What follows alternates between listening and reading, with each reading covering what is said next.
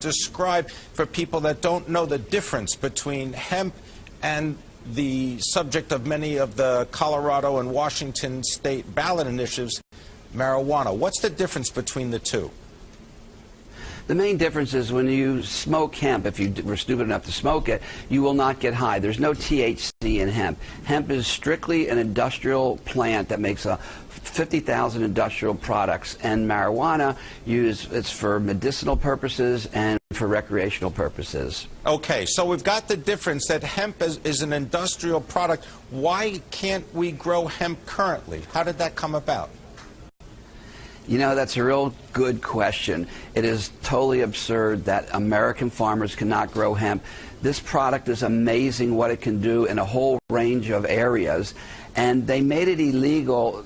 I don't know if it's true or urban legend, that the reason marijuana was illegal is the real target was industrial hemp. Because you can make the hemp plastics, competing against some guys that were in the big business of plastics.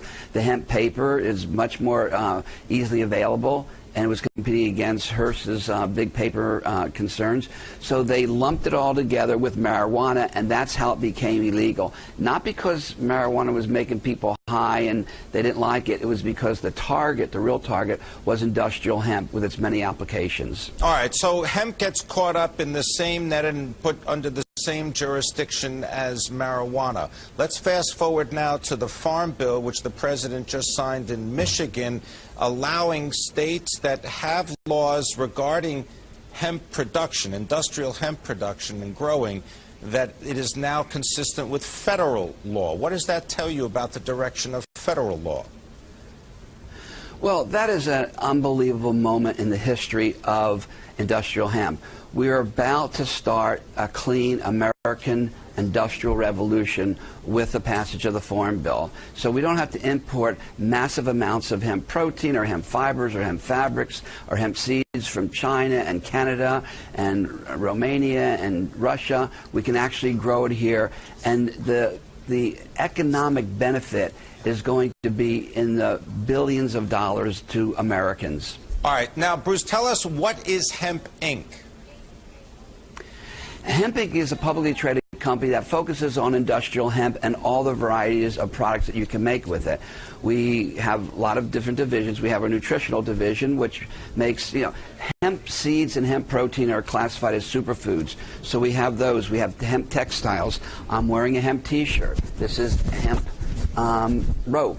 I'm wearing shoes made by Adidas. So do you offer consulting services based on your experience and knowledge in this industry? Is that the focus of Hemp Inc. right now?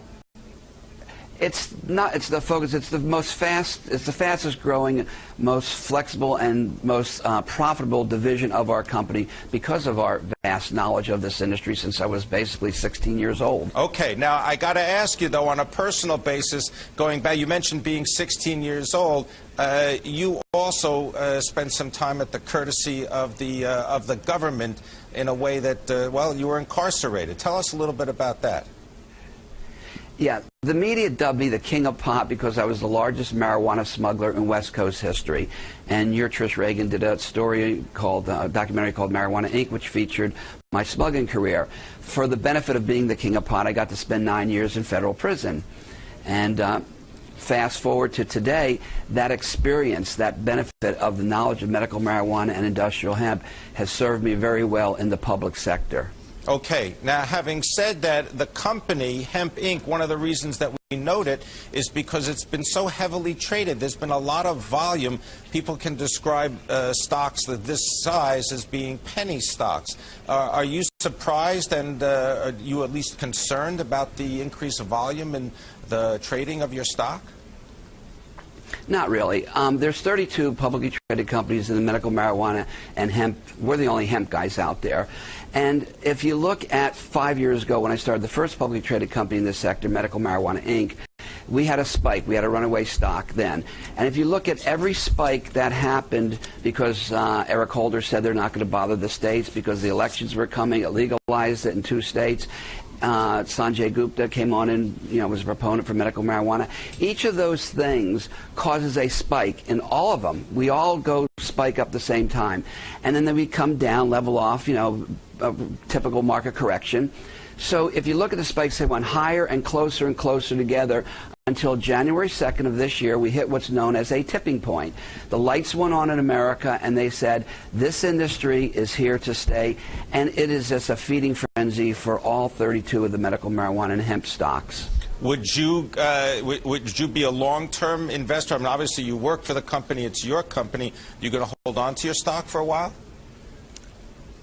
I hold on to my stock, and I buy the other guy's stock and hold on to that, because long term, we're at the birth of an industry. This is a dot-com explosion, except there's a real product or real products behind us, not air. All right? And we have the benefit of the internet. They weren't building it like they were in the mid-'80s.